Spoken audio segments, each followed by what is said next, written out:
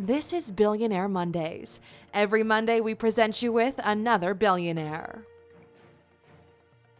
Today we're looking at 15 things you didn't know about JK Rowling. Welcome to Alux.com, the place where future billionaires come to get inspired. Hello Aluxers and welcome back to our channel. Today we're talking about a very famous person that manages to keep her personal life very private. She had a hard time getting to where she is today, but her talent was, luckily for us, published in the end. Yes, you've requested this one, so today we're talking about the creator of our beloved Harry Potter, JK Rowling. Everybody knows her now because of her skillfully created wizarding world, but what was her life like before the fame? Rowling was actually working as a secretary and a researcher for Amnesty International when she came up for the idea of a book that went on to change her life. That was back in 1990, and the idea came to her while she was waiting for a train that would take her from Manchester to London. If you're new here, welcome. Be sure to subscribe and follow us on Instagram at Alux. The things that happened ever since are a rocky but well-deserved climb to fame. So, let's get into our 15 things you didn't know about JK Rowling. Number 1. Harry Potter books are the best-selling books in history. Can you guess how many books of the Harry Potter series have been sold worldwide? Well, the publisher in the UK, Bloomsbury, says that they sold more than 500 million copies worldwide, which makes them the biggest selling series ever. When reaching this number, they took into account all of the 7 Harry Potter books, as well as the titles that came after the series as companion books: Fantastic Beasts and Where to Find Them, Quidditch Through the Ages, and The Tales of Beedle the Bard. This fantastic figure makes JK Rowling's series compete with Miguel de Cervantes' Don Quixote. Number 2. She also writes under a pseudonym. Being as famous as JK Rowling can be sometimes a burden. People have very high expectations of you, and releasing books on another genre, different from the series that brought you fame, can be difficult and gain mixed reviews from Harry Potter fans. JK Rowling decided to use a pseudonym when she decided to release her crime novels. She wanted the audience to be neutral to her new books. She released the book Cuckoo's Calling under the pseudonym of Robert Galbraith in April of 2013. Robert Galbraith was supposedly a British veteran, but she uncovered her real identity only 3 months after the book's release, when a friend of one of her solicitors tweeted about her secret identity. Number 3. She's extremely involved in charity work and humanitarian causes. Even if now she has all the money she could want, Rowling was at one point, before her books were published, struggling with money. She lived off of welfare as it was quite a challenge to get someone to publish her Harry Potter series. With this experience still in the back of her mind, she now donates a large part of her income to charity. Rowling founded the Volant Charitable Trust in 2000, and the trust has an annual budget of $6.79 million. They use their funds to support people dealing with poverty, but they also donate it to organizations that deal with MS research. She can no longer be featured in billionaire top lists as she's no longer a billionaire. She donated so much of her money to charity, about 16% of her income in 2011. That amounts to $160 million that she gave to charity. Number 4. She has a lot to say when it comes to how the Harry Potter movies were shot and directed. The famous author kept a very close involvement in the movie adaptation of her books.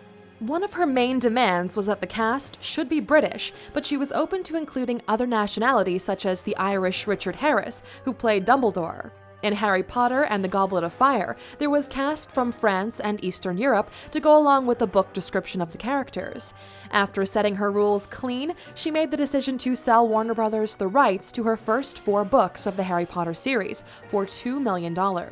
Steven Spielberg, who was in negotiations to direct the first movie, said he pictured it as an animation. We don't know how that would have turned out, but we're glad that Rowling made sure the movies were kept very close to the books. Number 5. She was the first writer to become a billionaire, but now has a net worth of $700 million. Through her best-selling series, movie adaptations, and lately screenwriting, JK Rowling managed to take her net worth to an impressive $700 million. But how did she do it?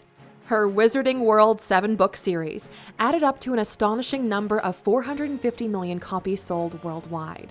The movie adaptation of the series brought her roughly $7.7 billion, and the theme parks in California, Japan, and Florida also bring her a steady income.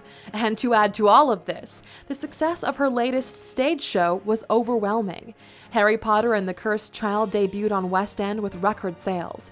175,000 tickets were sold in the first 24 hours. Number 6. Christians have banned Harry Potter because it promotes witchcraft. There have been numerous religious debates over the famous Wizarding book series, and some went as far as saying that the novels actually have occult satanic references and subtexts. As some Catholic or Orthodox Christians, Protestants, and Muslims went on to say the series promotes witchcraft, the fans are supporting the world of Harry Potter, saying that it's a matter of fantasy and fairy tales, much more than any occult subtext. Rowling actually declared she is a Christian, and if you pay close attention, you can note the Christian references in the last book of the series, Harry Potter and the Deathly Hallows. Number 7. Her father sold his first signed copy of Harry Potter, and she never spoke to him again. Family drama is everywhere, and our famous writer here had a falling out with her father, Peter Rowling, after he decided to sell a collection of signed and quite rare Harry Potter books. He did this to cover his £100,000 of debt he was in after he lost his burger van business. He claims Joanne never offered to help him. He then said, "It's a heartbreaking situation. I fear I've lost my daughter. I can only hope Joanne will one day come to understand why I did it." This happened 9 years ago, and fortunately they have since reconciled and are on good terms. Drama, drama, drama. Number 8. She likes to attack Trump via Twitter and social media every chance she gets. She doesn't seem to be much of a Trump supporter, as she never misses the chance to attack the president on social media. The latest swipe she's taken at him was a tweet of a shot that showed the crowd that gathered for the royal wedding, next to a shot of the crowd that was present at the president's inauguration. Her next caption was, "Love is greater than hate." Another shot she took at Trump involved the president's obviously enormous signature. She went on to tweet a result from a graphology website, which depicted the owner of the signature as a, quote, "arrogant person, conceited, haughty, who needs to exhibit compliments and recognitions, tyrant tendencies, exhibitionist and phony personality that may be megalomaniac with a lack of critical sense." Ouch. But you know what? Sounds kind of accurate. Number 9. Hermione is actually inspired by her own personality. Rowling created the character of Hermione Granger to resemble her younger self. She first named the character Puckle, but later on changed her mind when she first saw a character called Hermione in Shakespeare's A Winter's Tale. Well, Hermione is definitely one of a kind, a smart and ambitious girl who doesn't lack in beauty or courage. JK feels that her characters are like her children, as they each have a little piece of her. They grow and evolve along the storyline into complex and distinct beings, and she feels she just cannot pick one as her favorite. We couldn't pick one either, because even the evil characters in her novels make you want to like them at least a little bit sometimes. Number 10. She bought a £6.5 million house in Tasmania, Australia. Rowling seems to be quite a fan of the Australian climate, as she owns a few properties in Tasmania. Her latest purchase is one of historical value, and the price she paid for it was quite steep. The house is actually a Georgian mansion that was built in 1839. It also includes a large piece of land with an 856-hectare farm. She chose well, as the mansion also has a gym, tennis court, stables, and 7 bedrooms. She can have a whole party at her newly purchased vacation home in Australia, and with her making £1 million every 3 days, this begins to look like quite a bargain. And since we're talking about expensive homes, what about watching our top 10 most expensive houses of movie stars video? You can check it out by clicking in the top right corner. Number 11. She likes to play Minecraft. With her status and fortune, you would say that JK Rowling probably has some posh hobbies, but she still keeps her down-to-earth manner in her passions. She loves to play Minecraft, as she once tweeted, "I have an 11-year-old son. Of course I play Minecraft." Authors frequently go to gaming as a distraction from their work, and also as a source of inspiration. She also listed the news and research reading as activities that both distract and inspire her. Having your mind always in your characters' minds can be exhausting. That's where the world-building game comes in handy, providing her some time off from the wizarding world, and also giving her new ideas on how to build new storylines. This is actually a tradition with authors. Many choose the games that relax their minds when writing proves to be stressful or when inspiration lacks. Number 12. She has multiple decorations and awards. JK Rowling is an awarded writer, as she received many distinctions in her writing career so far. She received honorary distinctions from a number of universities in Ireland and England, as well as Harvard University, where she gave a commencement speech in 2008. She's a part of the Order of the Companions of Honor, which is a distinction created especially for a limited number of deserving individuals. The award has a lot of history, as it was created by King George V in 1917. She also received the award for the Most Excellent Order of the British Empire, which rewards outstanding contributions to science and arts, as well as work done by organizations in the charity and welfare area. JK is a part of the Royal Society of Literature and the Royal College of Physicians of Edinburgh. Having already earned so many awards and distinctions, we must say we definitely appreciate how she managed to keep a down-to-earth approach to life. Number 13. Most spells in Harry Potter come from Latin words. You may have learned by now that JK Rowling draws a lot of her inspiration from the classics. She is one author that definitely made use of her Latin classes in university. She used Latin words to make up most of the spells and incantations mentioned in the Harry Potter series, and if you search for the meaning of the spells, you'll find the words actually describe the effects of certain spells.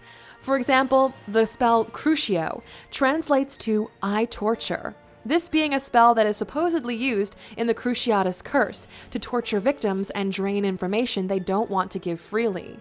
Expelliarmus is a disarming spell that is actually made up of two Latin words, expellere, which means to force out, and arma, which means weapon. Number 14. She made an appearance in The Simpsons as herself.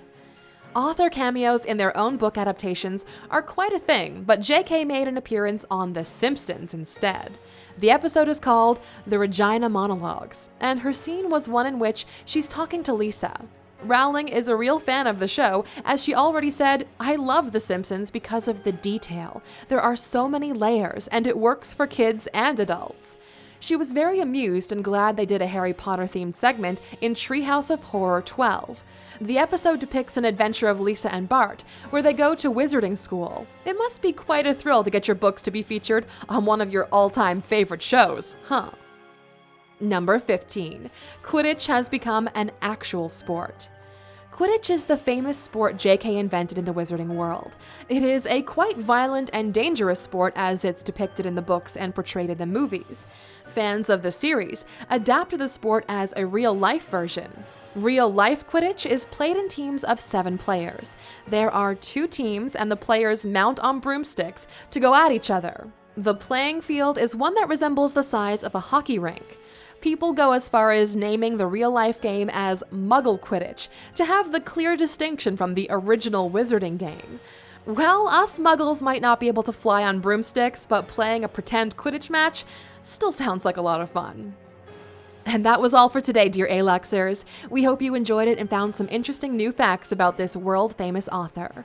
Which one of her characters do you best connect with? Let us know in the comments. And as always, as a thank you for sticking with us all the way to the end, you get a special and very interesting bonus fact. Number 16. She shares her birthday with Harry Potter, July 31st. This one might be a bit of a surprise. The author decided to share her birthday with her most famous character, Harry Potter. On July 31st, Rowling celebrates her own birthday, but also the birthday of her beloved Harry Potter, who'll be turning 38, as JK turns 53. Maybe she decided to give her own birthday to Harry Potter in order to mark the deep connection she has with her character. But now she has 2 reasons to celebrate on the last day of July every year. Authors frequently use important dates from their own lives in their literary creations, as it gives them a deeper connection to the fictional world, or because the certain event in their real lives had a strong impact on the creation of the novel. Thank you for spending some time with us, Aluxer. Make sure to subscribe so you never miss a video. If you want more, we handpicked these videos you might enjoy, or head over to Alux.com for the best in fine living content on the planet. Be a part of the largest community of luxury enthusiasts in the world and tell your story.